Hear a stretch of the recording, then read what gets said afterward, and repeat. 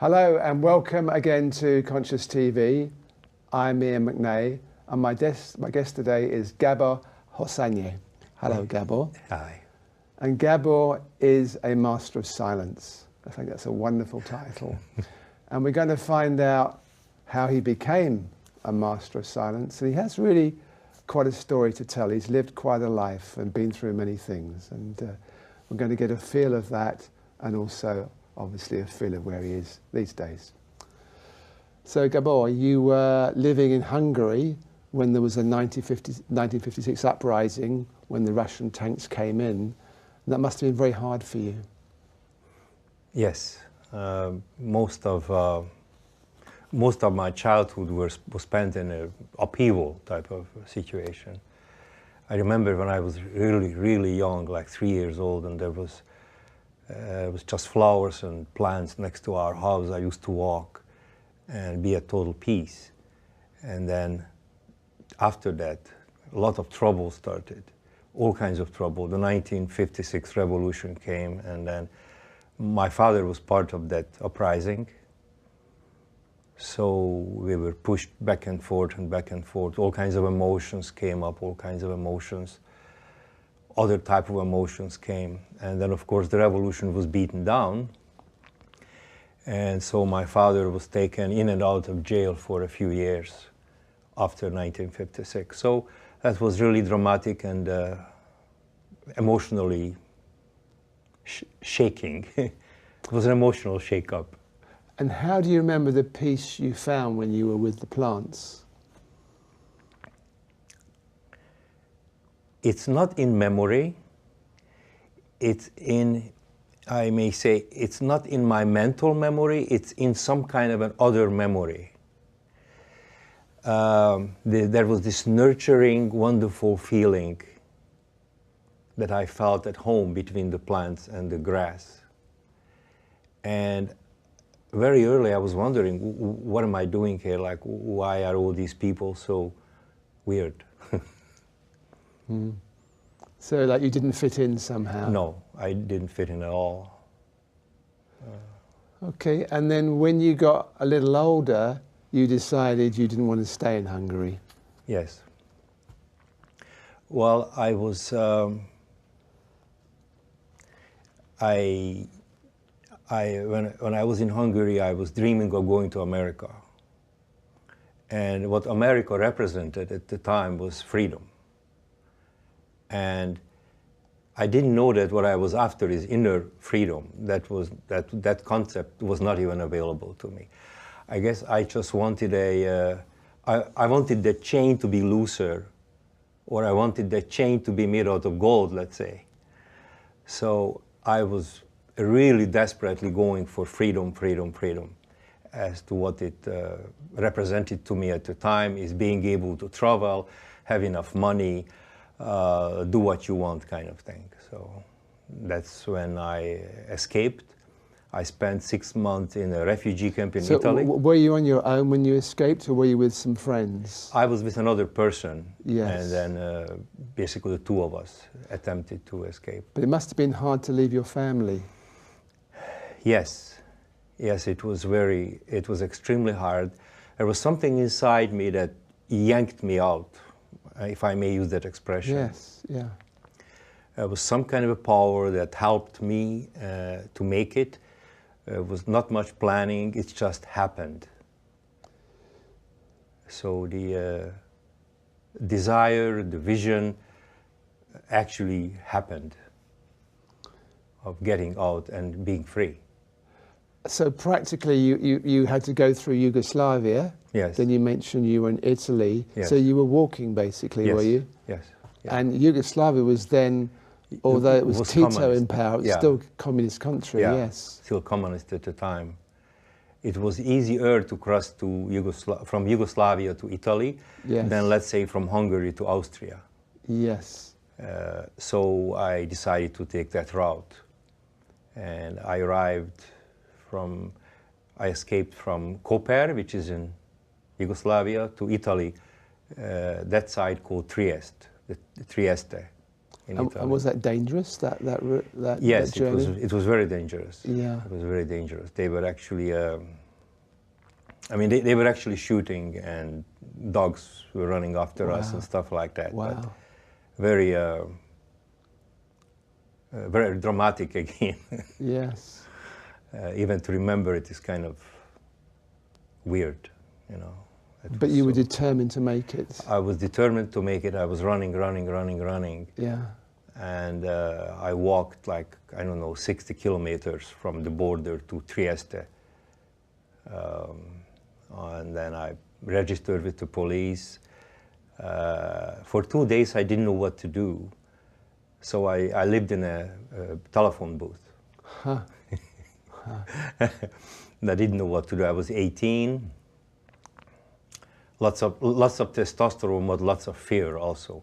Didn't know what's going to happen. Are they going to ship me back to Hungary? Are they going to accept me? What's going to happen? So after a couple of days, I went to the police, and they took me into the refugee camp, where I spent 6 months. And of course, now in Europe, we have so many refugees. This is 2016, we're making this program. We have so many refugees coming into Europe. So in a way, you were experiencing them similar situations to what the refugees are experiencing now. Yes. And certainly my escape and my troubles are really nothing in comparison to the people that, what's happening to these people right now. I didn't have a child to carry, or I was on my own. I was 18. And also there was very few refugees. Okay. So Italy didn't have to deal with 10,000 of them a day. So I was extremely fortunate to escape at that time, and I was a refugee at that time. I was well treated, and they didn't have the current refugee problems that they have now. Yeah. So then you were able to get from Italy to Canada. Yes. And I guess you flew there, and somehow that was financed. And yes. Yes. Yeah. Yeah. I flew to Canada. I landed, and basically I ran out of the plane, and I said, "Okay, here I come. I'm ambitious. What do I have to do to become successful?" Success meant financial success. Yes. I didn't care really what I have to do, within reason. And so reasonably quickly I became very successful financially, because that's really all I wanted. Totally believing that that's what's going to give me that freedom that I was looking for. Yeah, but how did you do that? Because here you've come, you're a refugee, presumably your English wasn't that good, you get to a foreign country, and pretty quickly you become a multimillionaire. Yes, in your notes, by the time I was 30, yes. Yeah, so how do you actually do that? I'm intrigued how you can do that in a foreign country so quickly. I would call that creative stupidity. I was not educated enough to know what won't work. I quickly learned English. I worked for a British company for a couple of years, Gestetner at the time. Yeah, yeah. I was the only immigrant kid, so you can imagine how many jokes they made with me and things like that. I went to university, I took electronics engineering, but I never got a job. I immediately went into real estate. And I bought and sold, and I bought and sold land. I bought and sold land at the time that other people didn't, because the interest rates were so high. So I had no idea why I can't succeed. If there is a secret to that success, it was I didn't know I can't. You had nothing to lose in a way. Nothing to lose. Yeah. I didn't know what accounting meant, or I used to think net worth was perhaps lady stockings or something like that. And so the initial success was really raw trial and not thinking much about it. Okay. So you got this success, you're a multimillionaire. In the notes that you gave me, it was saying you got married to a beautiful woman, you had 3 children. Yes. Everything in life seemed wonderful. Yes. Life was wonderful, great success, lots of money, parties, the best cars, etc., etc. Just just how I imagined success to be. Success meaning freedom. And yes, there was some freedom within reason, but when you make parties and you have thousands of friends, there was really mainly acquaintances. The true friends didn't exist at the time. I didn't know who isn't my friend. And so I used to go home every night, and I used to drink 2 bottles of wine just to calm my nerves and to be able to go to sleep. And something was missing. Even though I was successful, something was really missing. I not yet gotten what I was looking for. Okay. Which was freedom, but I have interpreted freedom as financial success. Yes. So did you have, at that point, did you have a feeling of what might lead to real freedom, or were you just in this position that you realized what you'd done wasn't going to work or wasn't working? Yeah. Knowing something was missing, didn't quite know what the solution is, but I turned to so-called spirituality. And I have seen a videotape at the time of Ramta. Okay. And and as soon as I saw it, I thought, okay, this is exactly what I want to know. It was, again, such a power in me, such a desire to go and learn that. That's what I want to know. That's kind of what's missing. That's the direction I need to go. So I shifted directions. And the universe was very helpful and kind to me in shifting directions. At the same time, I lost all my money, all my friends. So there was this is the 1990s? Early 90s, yeah.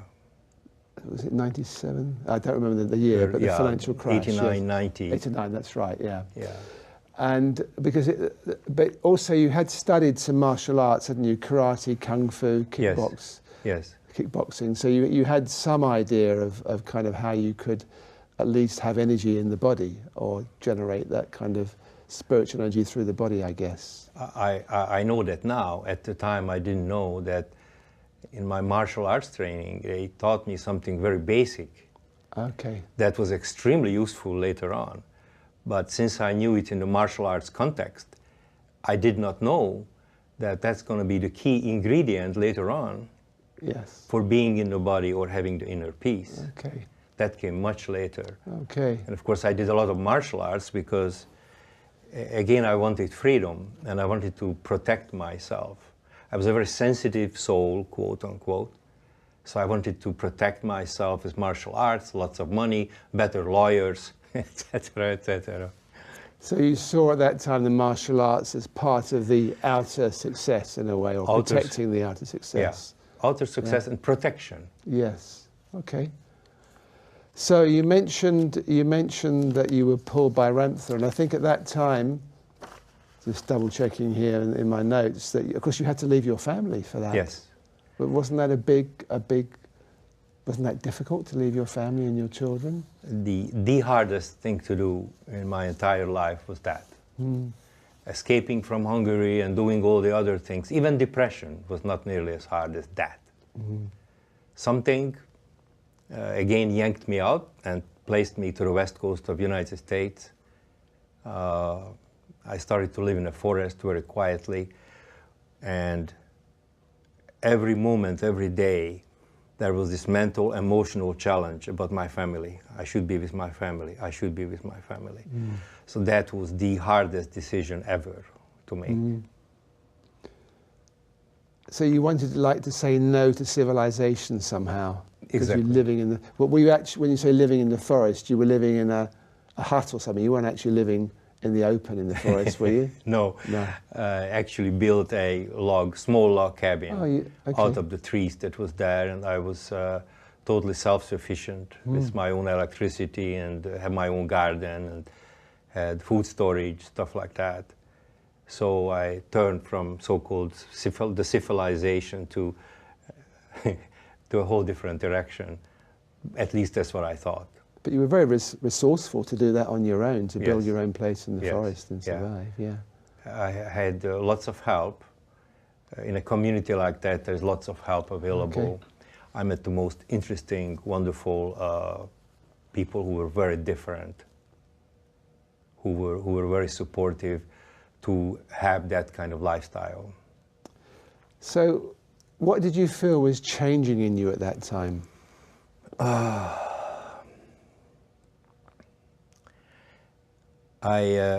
In retrospect, what was changing is I substituted one ego need, money, to another ego need. I am now spiritual.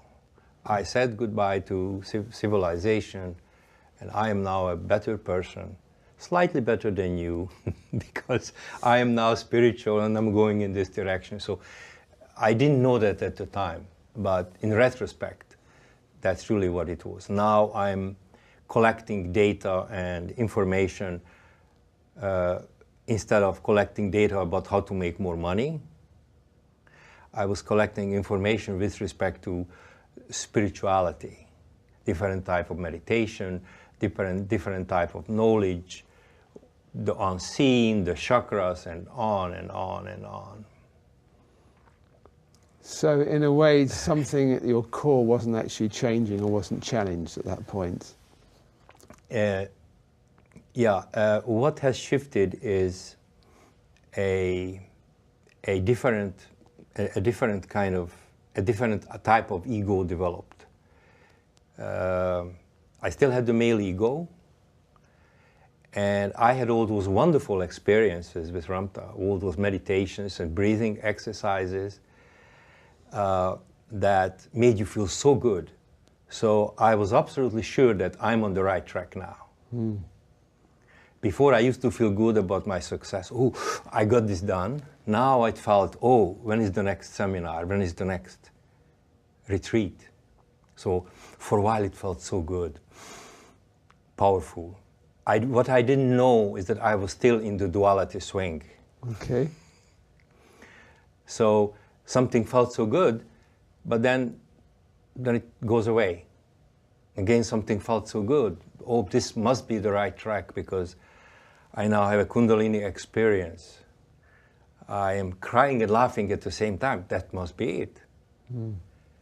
The amazing euphoria that followed some of the exercises were amazing for days. And so I was absolutely sure that that's it, that's the right track. There's no right or wrong track. I'm just saying that path is not the way to awakening, because you're still in the duality swing. But at the time, you felt, because you had the highs, as you said, you were on the right path. So how did the questioning start to take effect? How did you start to realize that you probably or possibly weren't on the right path? I didn't question it, and I didn't know that I was on the right path or on the wrong path. I had an experience of business, something was missing. I had an experience of spirituality, which I know it means different things to different people. And I was not aware that there is anything else.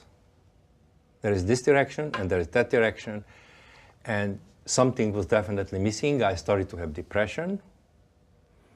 I started to be interested in other things now, other teachers, other meditation techniques.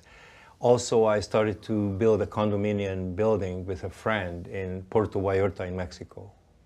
So I got involved with a construction project in Mexico. If you're unprepared, I don't recommend it to anyone.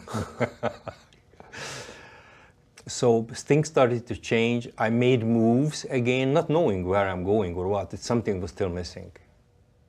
So you mentioned depression. What form did the depression take? It lasted about 12 years altogether. In the meantime, 12 years? 12 years, It's a long yeah. time, yeah. The depression is, I had to function while I was depressed. Hardly anyone ever noticed. But it was a feeling of, I get up in the morning and I don't want to live.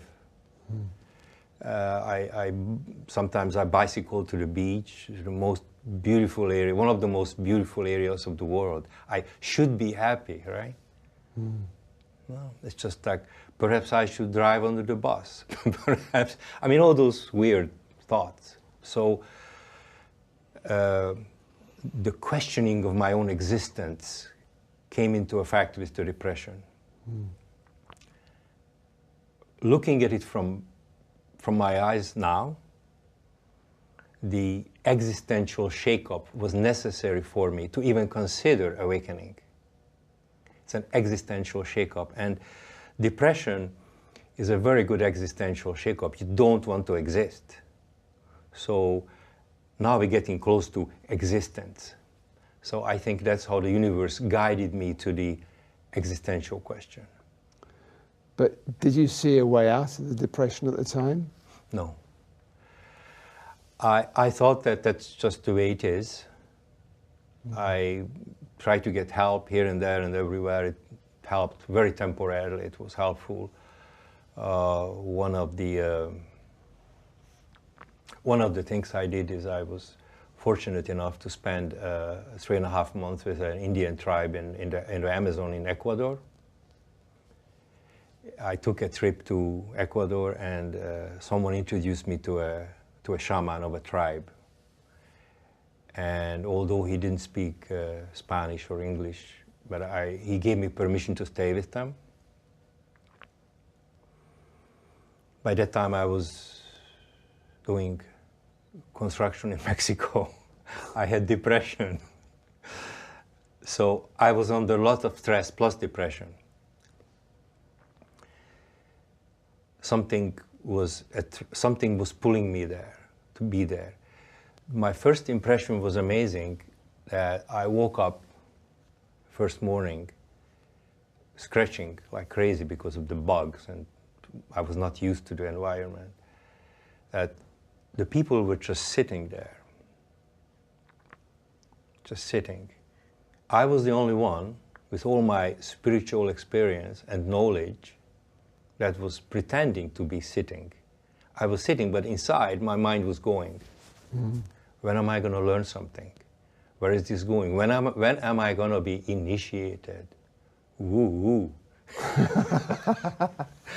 So I can tell my friend, woo, I was initiated. And after a week or so, the shaman took pity on me and made me some ayahuasca tea. And I took that twice a week for 3 weeks. And that helped me calm down, totally. I still couldn't be just, I still couldn't just be like the rest of them, just sit. I still had anticipation. They were actually sitting with no anticipation. No expectation, nothing. I still had some expectation of the future. I wonder what's next. I wonder what knowledge am I going to be, somebody's going to impart to me. And so that was, finally I was able to relax and stay with them and be there. I could actually be there rather than think of something else. And the major realization for me was that in spite of all my knowledge about spirituality and many meditation techniques, many things, I didn't know anything. They knew something that I didn't. I didn't know what it was or how it was. I thought it was some kind of a coincidence. But that left a major question in my heart called, okay, I tried this, I tried that. There is these people who know nothing and I know everything, and how come they can just sit and I can't? So the bottom line was they were happy and you weren't happy, basically. We can call it that way. Yeah. Just they were able to just be. Yeah. In the meantime, of course, I'm having my existential shake-up with the depression. Yeah. So knowing that I don't know was very helpful.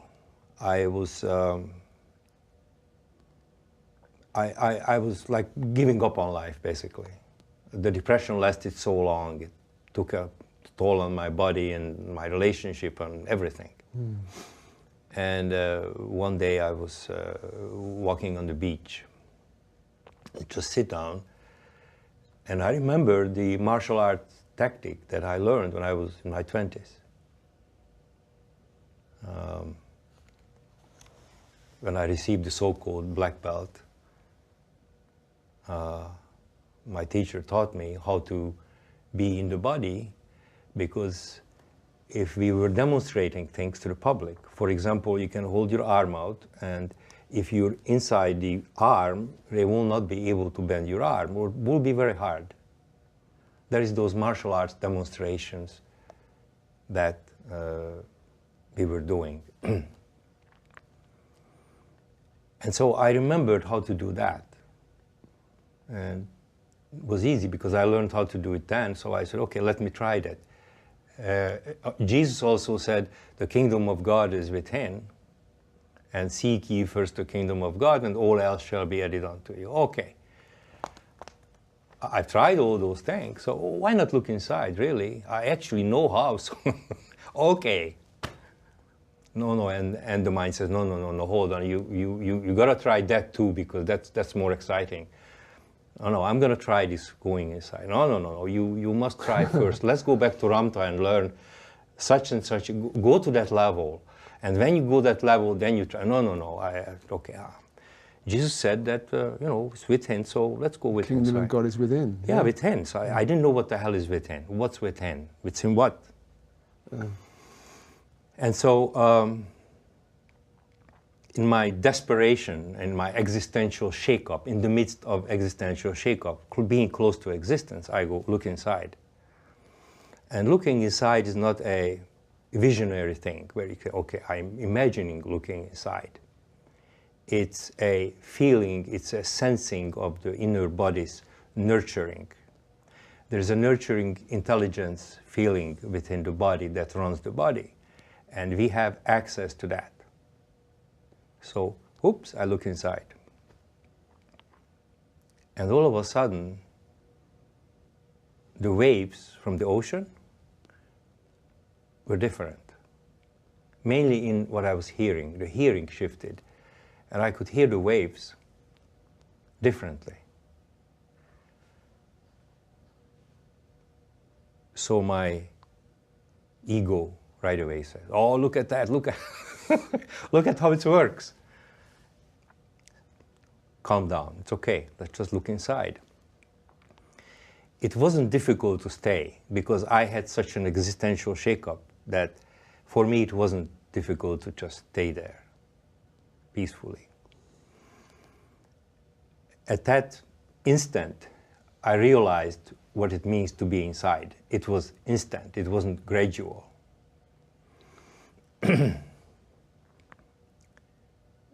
Amazing amount of, I don't know what to call it, euphoria, pleasure of, oh, okay, now I know what it means to be inside. All along it was right in front of me. I even knew how to do it. It was right in front of me. It's simple, but no, I don't want to do this, I want to do that. That's more exciting. But that we sometimes have to exhaust what's on the outside, and that's just the way it is, isn't it? Exactly. It was all exhausted. All these other trials went bankrupt in it didn't work. But the whole of society is building this up for us, and that's kind of our level of what we aim for. It takes a very courageous being or a desperate being to really say, this is all not going to work. Yeah. I have to come back here. It's very rare, actually. Right.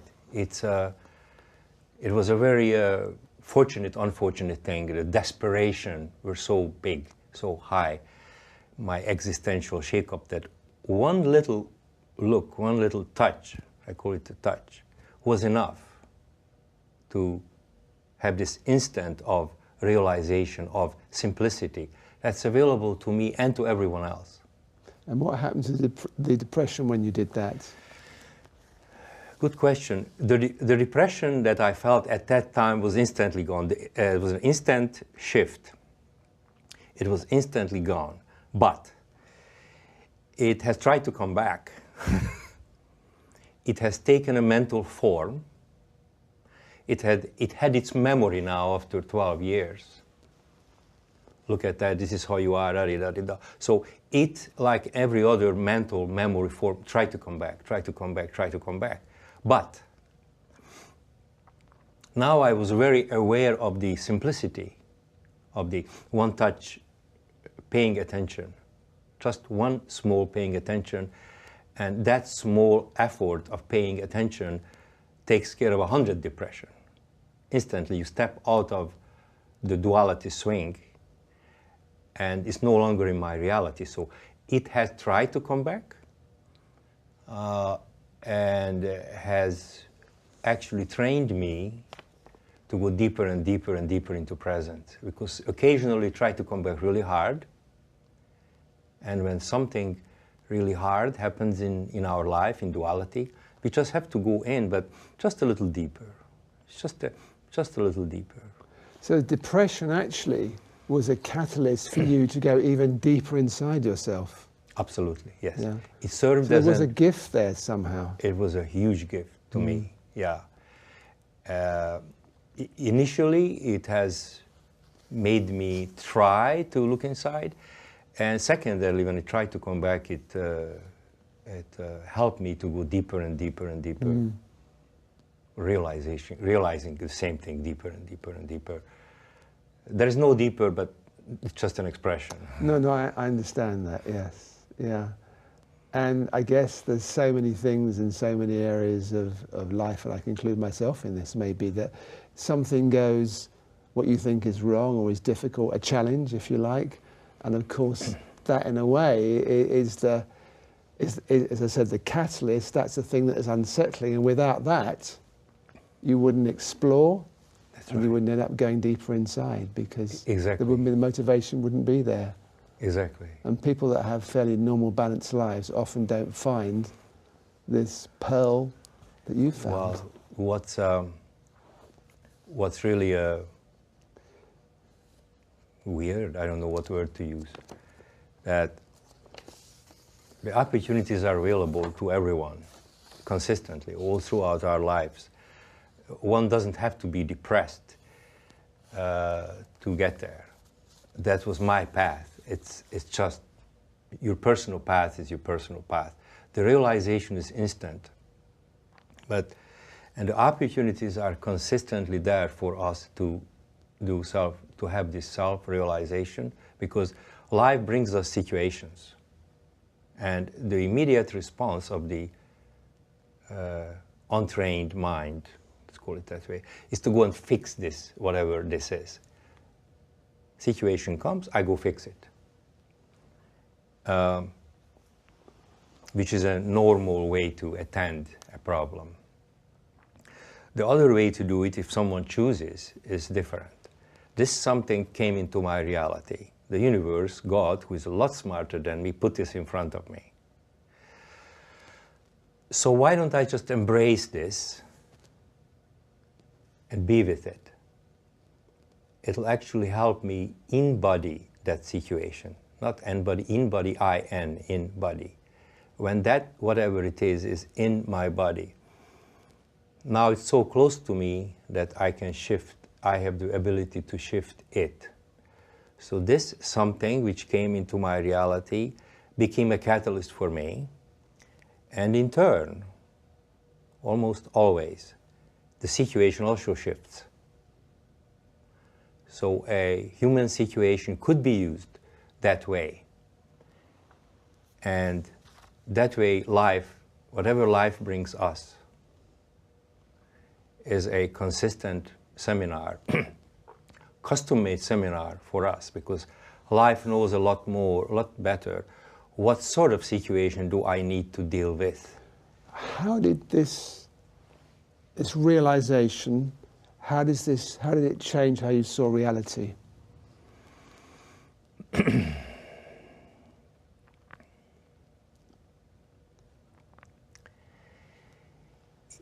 It's the way I used to see reality is the way we all see reality. Now I see the exact same reality as is, except from a different context. The mind, which has been running, our mind has not been given the proper nurturing and the proper context within which it can operate properly. So when you say the mind hasn't been given the proper nurturing, explain that more, what you mean by that. Very hard. We call it the mind, but our attention have been hijacked by institutional fear and all kinds of things. And the speed of society, Yeah, everything. speed. Think of this, think of Yeah, that, exactly. think of that, Yeah, think of yeah. that. And no, don't pay attention here. It's over there, it's over there. I tell you exactly what to fear today. Well, the television does yeah, that in the television, morning. Yeah, whatever. Yeah. So we are inundated with all that information. Yes. Our mind, our ability to function properly is totally hijacked. Even the synchronization between vision and sound has been hijacked. They tell us what sound goes with what vision. So all this God-given ability have been totally hijacked. So simple touching, simply a simple inner attention gets my mind and your mind, everyone's mind, to get aligned with the body. The body was here and the mind was here. Now it's just simply lines up with the body. Why is it good to line up with the body? Well, the body already has the innate intelligence. It's like a mini universe, really. It's a smaller fractal of the large universe out there. Mm. So why not use that intelligence? In many spiritual circles, the body is a no-no. Oh no, I'm not the body. I got to do astral traveling and I got to step out somehow. And I know I'm not this, I'm all that. It's a half-true statement. Yes, it's true, but there is the door. We knock on the door by paying attention, using the words of Jesus. Knock on the door, paying attention. The door opens, and instantly I feel one with everyone. Now, back to your original question, how did it affect my outlook on life, I think you were asking? Now the mind can function properly. Instead of functioning in a hijacked fashion. What does that mean, the mind can function properly? It means that my capability of paying attention and all the information that I have learned so far, all the information that I made a template of in life, which is important, how to build a bridge, how to play tennis, how to do this, how to do that, how to... all the education I've had created this a bunch of information and put them together in a template or in a format or in a thought stream. Problem is, if the mind is hijacked, it's just going to go like a loose cannon. Bang, bang, oh, how about this, how about this, how about that, how about that. So all that wonderful information is just about useless if the mind runs like an idiot. Okay. In a lunatic asylum. Yeah. You know. However, if it's placed on its foundation where it's supposed to be, and it is also nurtured naturally the way it should be, now the mind is at home. First it rebels because it's used to operating by itself. No. First it rebels, but then in time it settles into this new foundation. And now the proper use of mind is that I can think of whatever I want to think of. It's like walking into a library, calm, and I can pick out any book. Before that, I walked into that same library and the books were attacking. Yeah, so the mind becomes the mind becomes your servant rather than your master somehow. Yeah, we can call it that way. Yeah, Yes. yeah. And the mind is happy doing that because it wasn't quite happy being hijacked, except it's got used to it. Yeah. You talk about, I just wanted to mention something. I've got these notes from that you gave me, or came from Nurit, your wife's book. Your final and actual realizations appear on their own, rather as subtle and uneventful happening beyond the senses and very difficult to describe. So I was interested when you say the final and actual realizations appear on their own.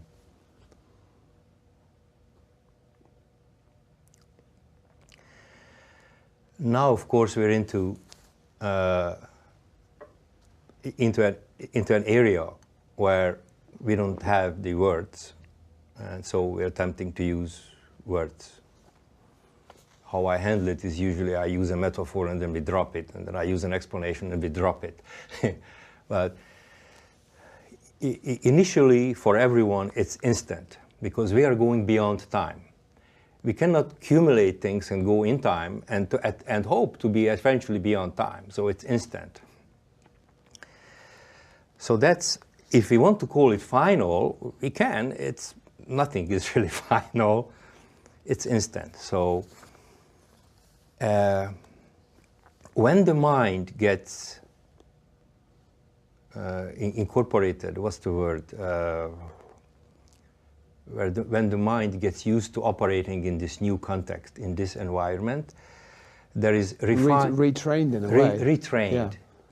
When the mind gets retrained, it starts with the original instant realization. The mind starts to get retrained, and there is little final, refined realizations in between. The initial excitement, the initial honeymoon is kind of starts to be over. Oh my God, look at that. So refinement starts happening.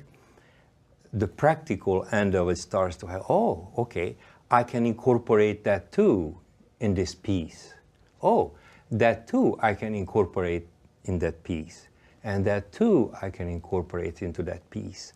So those are the final touches that are not describable until there's nothing final, but because it keeps on happening, that there is a total relaxation into this possibility, into this context, knowing that the mind works just fine. Nothing that I have ever learned is lost. I don't have any ability that I have lost, except when I'm walking, when I'm doing anything, the mind is not talking to me. Mm. There's no conflict within me. Mm.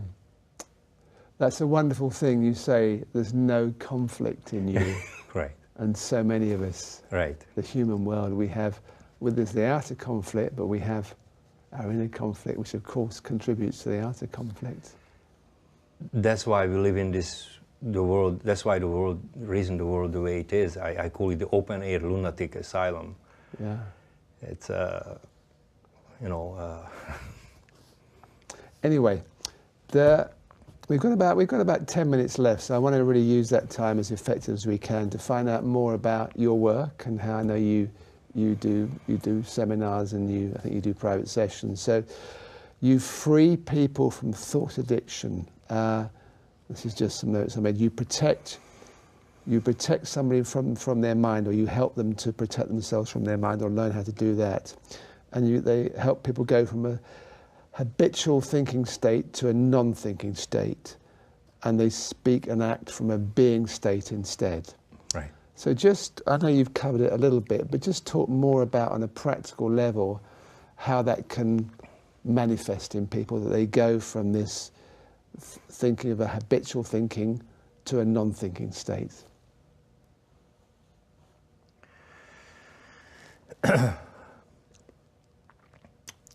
The first thing I do, when I say I do, it's figure of speech, is the first few prerequisites to awakening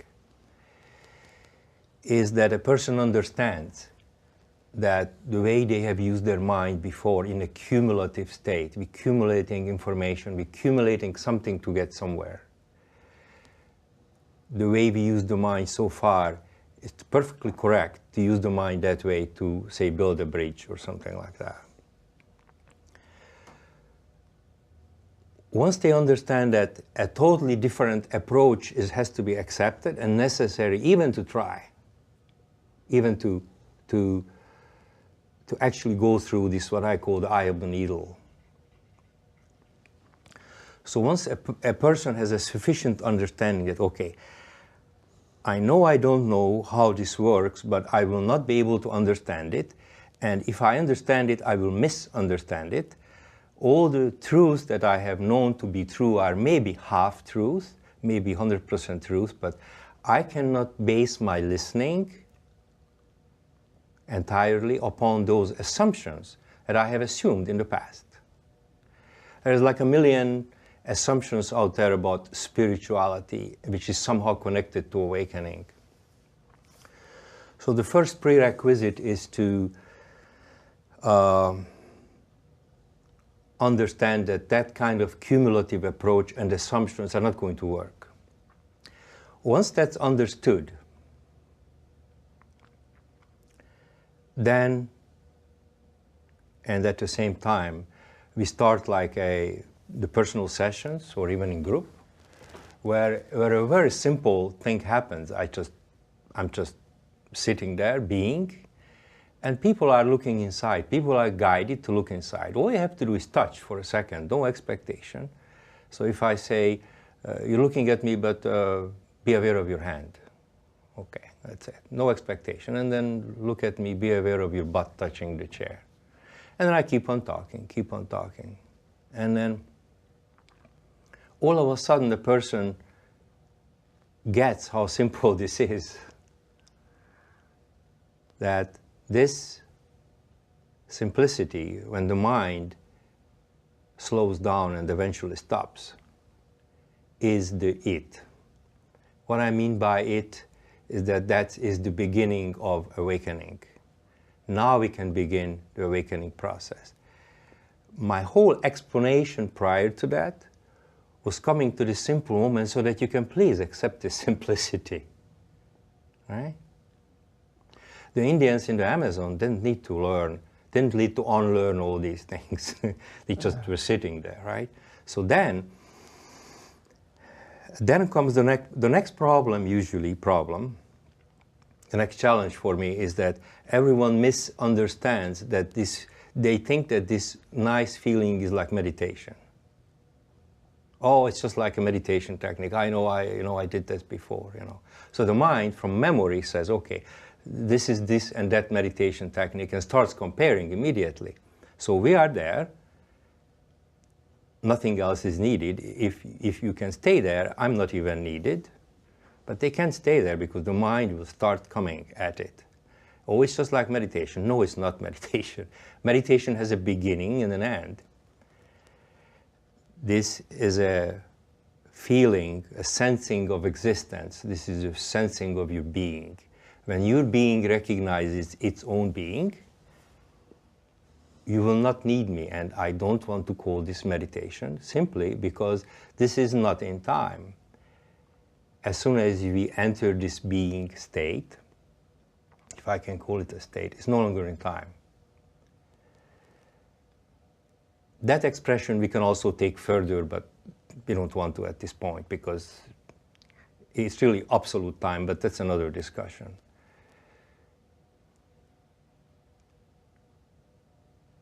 Now if we're staying here, we're actually, the mind starts relearning to operate that, oh, there is this being, there is this context. There is this nurturing foundation that I can use. But the mind will come up with all kinds of comparisons. And I've experienced this hundreds of times from my students consistently. The mind has an amazing ability to come up, to try to complicate this, to try to compare it, put it away in their memory so it can access it later. And because this feeling right now, this sensation right now, is not going to be the same 5 minutes from now. And we can't recall it. Yeah. So what I do, I do is nothing. The more nothing I do, the better. I'm really providing the space. I just sit there, within which, if they wish, they can stay longer and longer and longer And that, longer. as you say, is the beginning of an awakening process. Exactly, that's the beginning. So unless someone starts looking inside, their awakening has not started yet. Okay, I want to ask you one more thing before we finish. What's it like for you being a master of silence? Well, I wish I didn't have to be called anything. To operate in this dimension, we have to be called as something. Yes. And so, a friend of mine called me in Hungarian Csendmester, which means master of silence, and it kind of stuck. To operate as such, my life is not any different than anybody else's. My life is exactly the same. I no longer get excited about the profitable idea as much as before, or my response to things are very different, but I see the world as is. I don't see things and people and situations through the old bias I used to see through. And the normal mind looks at the world and says, okay, what filter do I bring in to look through? Iain McNay, British, friendly, nice guy, you know, I mean, there is a filter of looking. While now, I just look at the way it is. It's not like my world is pink. The way it is. The way it is. If I see anger, it's anger. It's not like I don't see anger. It's not like I see the world in pink glasses at all. Just the way it is. But coming from this nurturing foundation, looking out from this nurtured foundation, even the so-called ugliness, quote unquote, is ugly still ugly, misbehavior is still misbehavior, but there's no judgment or reaction at all. There's not even no judgment. It's just love. And if I happen to be close to reaction to something, I just go just a little bit deeper. And that's the key, isn't it? And I think that's where you've been going right from the start, a little bit deeper in your journey. And right. And I guess the journey is ongoing. Yes, it's ongoing this way. Okay. I think that's a great place to finish, Steve. Ongoing journey this way. This way, yes. I'm going to actually show Nurit's book, your wife's book, because it has a lot about your story. So this book, The Blind Leading the Blonde on the Road to Freedom, Confessions of a Recovering Spiritual Junkie, is written by Nurit Owen, who I'm actually interviewing next. But the reason I'm showing it now is that it also has Gabor's story in there and some conversations between Nurit and Gabor. So you might like to find this book if you were pulled towards Gabor's journey and intrigued by what he had to say. Thank you very much, Gabor, for coming along to Conscious TV, coming all the way from Budapest especially. That's very much appreciated. And thank you everyone out there for watching Conscious TV, and I hope we see you again soon. Goodbye.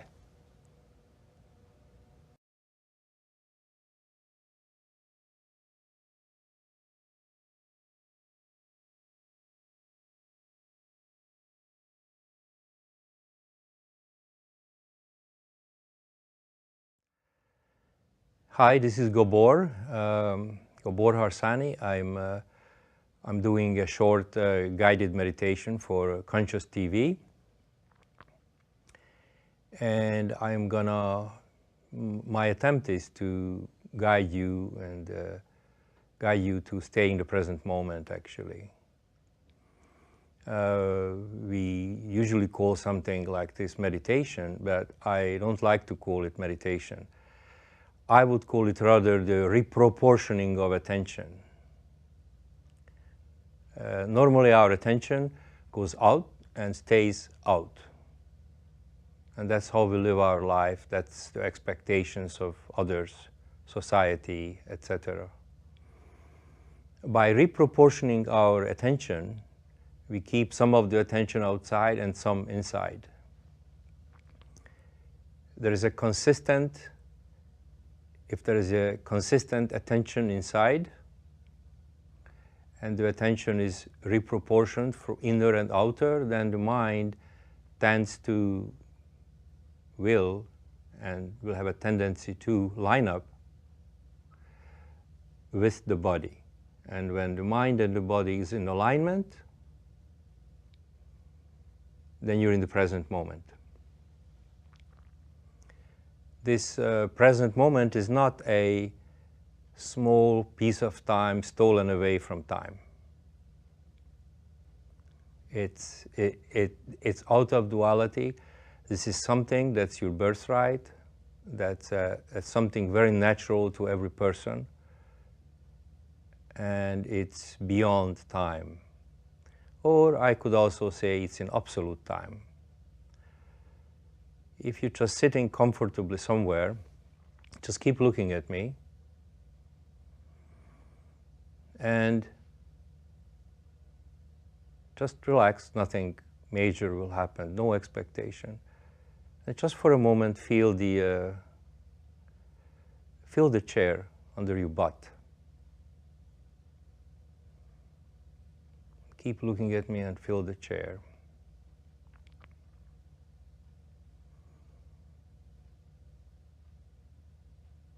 Keep looking at me and feel your foot. What I mean by feeling your foot is that you are aware that your foot is there. You don't have to look down to see if it's there. You're feeling your foot and you're feeling the vitality in it. You make it shine. For those of you who would be more comfortable in closing your eyes, please do so.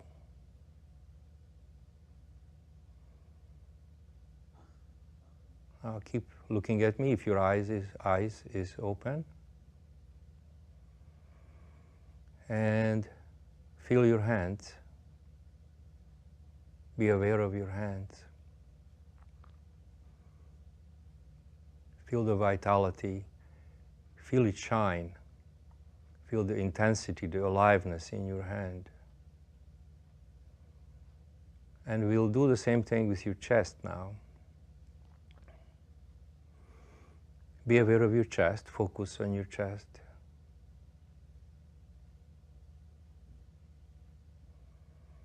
Make it shine. Every breath you take will increase the intensity of this shine, will increase the aliveness of your body hundreds and hundredfolds. Every breath you take will increase the intensity.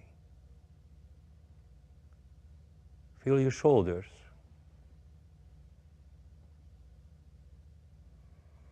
Be aware of them. Feel the vitality, make it shine. Feel your thighs.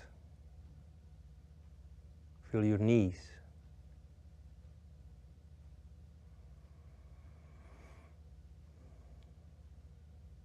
Feel the vitality, make it shine.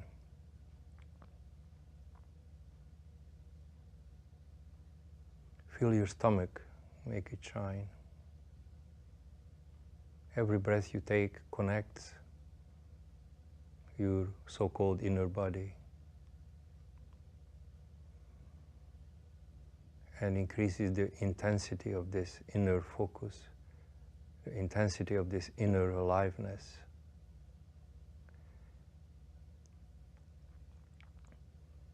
If your eyes are closed, slowly open your eyes, but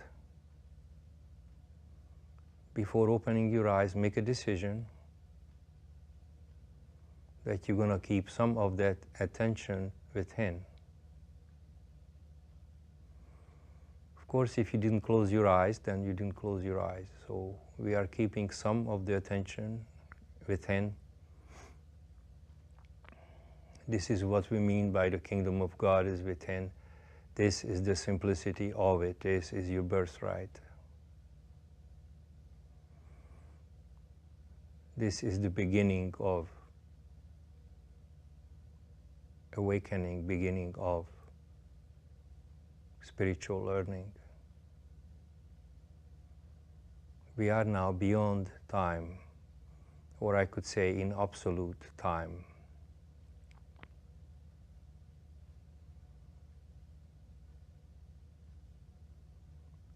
Keep looking and feeling inside. There's no expectations. We're not expecting anything to happen.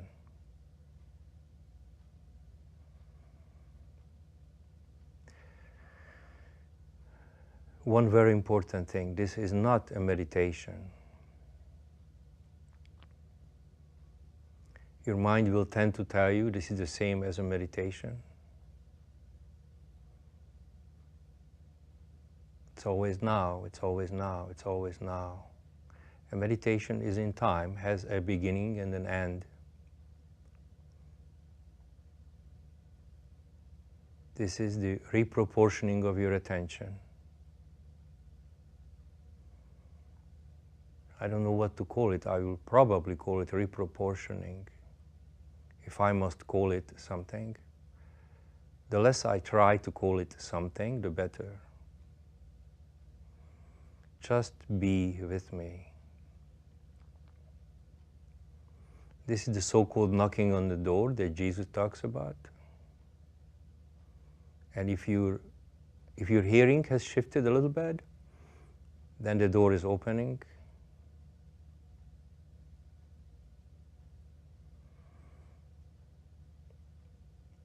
This is the you that's already within you.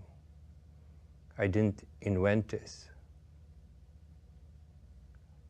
I didn't do anything to you. I'm simply sitting here looking at you. What's in me is in you. And in every living thing.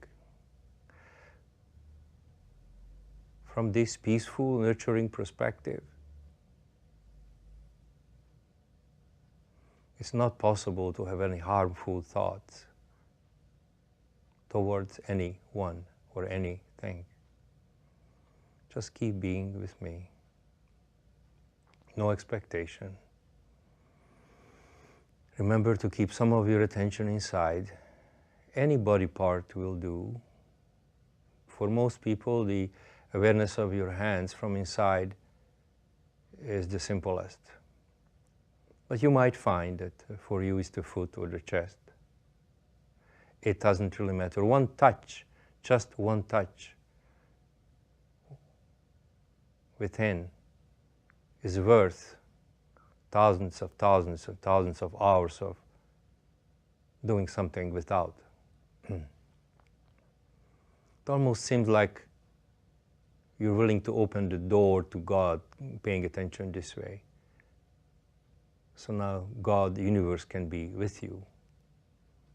Now your mind and my mind can operate from a different context. This is a contextual shift. You will not lose your memory. You will not use your ability. You're not going to be irresponsible. It's a perfectly functional space. Stay here with me. What I'm saying is not as important as your inner attention. You have to, if you want, focus within. No one can do it for you. But it's easy. If you look within, you try to go within, it's very, very easy. Why should your birthright be hard? Or why should your birthright take 20, 30, 40 years to deserve by accumulating good deeds? It's yours now. You can operate from this space. It's very functional.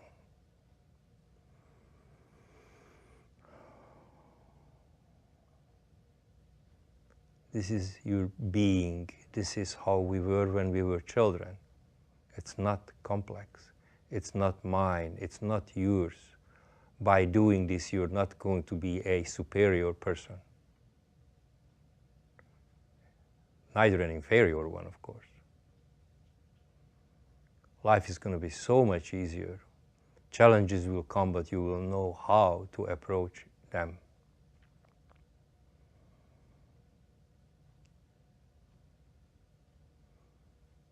Do this simple thing of reproportioning as frequently as you can during the day while you're doing anything else.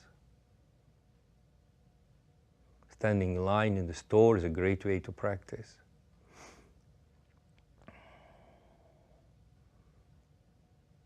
Washing dishes, washing your car, walking, talking. Try this as a listening skill. Someone has a tendency to talk too much, just focus within, and just be. And you will see magic happening in your relationships. It's yours. You can only have it now. You can't have this in the future. Now. And now.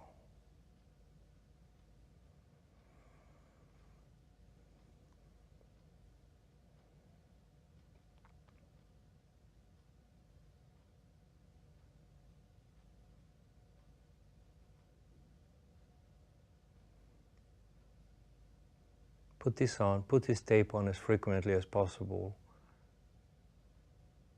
Practice it, and most importantly, practice it in your everyday life. Don't allocate some time to practice. Whenever you think of it, whenever it gets to you, now, now, now, reproportion, reproportion, reproportion.